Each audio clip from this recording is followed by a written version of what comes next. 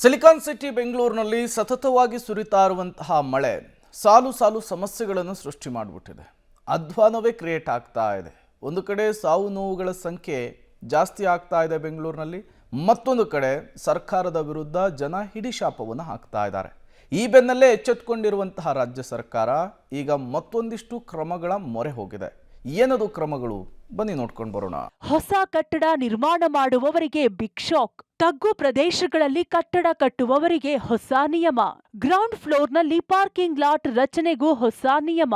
ಮಳೆ ಆರ್ಭಟಕ್ಕೆ ಬೆಂಗಳೂರು ನಲುಗಿ ಹೋಗಿದೆ.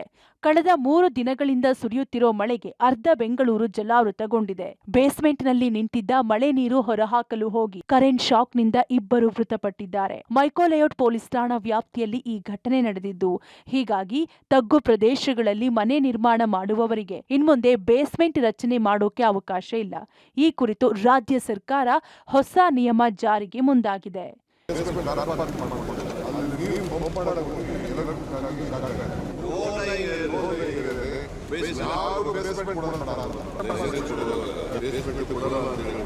ನಿನ್ನೆ ಸಿಎಂ ಮತ್ತು ಡಿಸಿಎಂ ನಗರ ಪ್ರದಕ್ಷಿಣೆ ಕೈಗೊಂಡಿದ್ರು. ಎಚ್ಬಿಆರ್ ಲೇಔಟ್ನ ರಾಜಕಾಲುವೆ ವೀಕ್ಷಣೆ ವೇಳೆ ಡಿಸಿಎಂ ಡಿಕೆ ಶಿವಕುಮಾರ್ ಮತ್ತು ಸಚಿವ ಕೆಜೆ ಜಾರ್ಜ್ ಬಳಿ ಜನರು ಸಮಸ್ಯೆಗಳನ್ನ ಹೇಳಿಕೊಂಡ್ರು. ಬಳಿಕ ಬೇಸ್ಮೆಂಟ್ ನೀರು ತೆರವು ಮಾಡುವಾಗ 2 ಮೃತಪಟ್ಟಿರುವ ಕುರಿತು ಡಿಸಿಎಂ ಡಿಕೆಶಿ ಸಿಎಂಗೆ ಮಾಹಿತಿ ನೀಡಿದ್ರು. ಆಗ ಸಿಎಂ ಬೇಸ್ಮೆಂಟ್ ರಚನೆ ಲೈಸೆನ್ಸ್ ಕೊಡಬೇಡ, ಬೇಕಿದ್ರೆ ಹೆಚ್ಚುವರಿ ಅಂತಸ್ತು ರಚನೆಗೆ ಅವಕಾಶ ಕೊಡು ಅಂತ ಸಿಎಂ ಸೂಚಿಸಿದ್ರು. ಬೇಸ್ಮೆಂಟ್ ಕಾರ್ ಪಾರ್ಕಿಂಗ್ ಮಾಡ್ಕೊಂಡಿದ್ದಾರೆ. ಅಲ್ಲಿ ನೀರು ಪಂಪ್ ಮಾಡಕ್ಕೆ ಹೋಗಿ ಎಲೆಕ್ಟ್ರಿಕ್ ಆಗಿ ಶಾಕ್ ಆಗಿದೆ. ಅದಕ್ಕೆ ನಾನು ನಮ್ಮ ಟೌನ್ ಪ್ಲಾನಿಂಗ್ ಅವ್ರಿಗೆ ನಮ್ಗೆ ಹೇಳಿದ್ದೀನಿ, ಈ ಕಡೆ ಒಂದು ಲೋ ಲೈಂಗ್ ಏರಿಯಾದಲ್ಲಿ ಯಾರಿಗೂ ಬೇಸ್ಮೆಂಟ್ ಕೊಡೋದು ಬೇಡ ಅಂತ. ಅವ್ರೇನು ಹೈ ಬೇಕಾದ್ರೆ ಬೇಸ್ಮೆಂಟ್ ಕೊಡೋದು ಬೇಡ, ಪಾರ್ಕಿಂಗ್ ಮೇಲ್ಗಡೆ ಕೊಡುವಾಗ ಬೇಸ್ಮೆಂಟ್ ಕೊಡಲ್ಲ ಅಂತ ಹೇಳಿ ಜನರಲ್ ರೂಲ್ ಮಾಡ್ಬೋದು.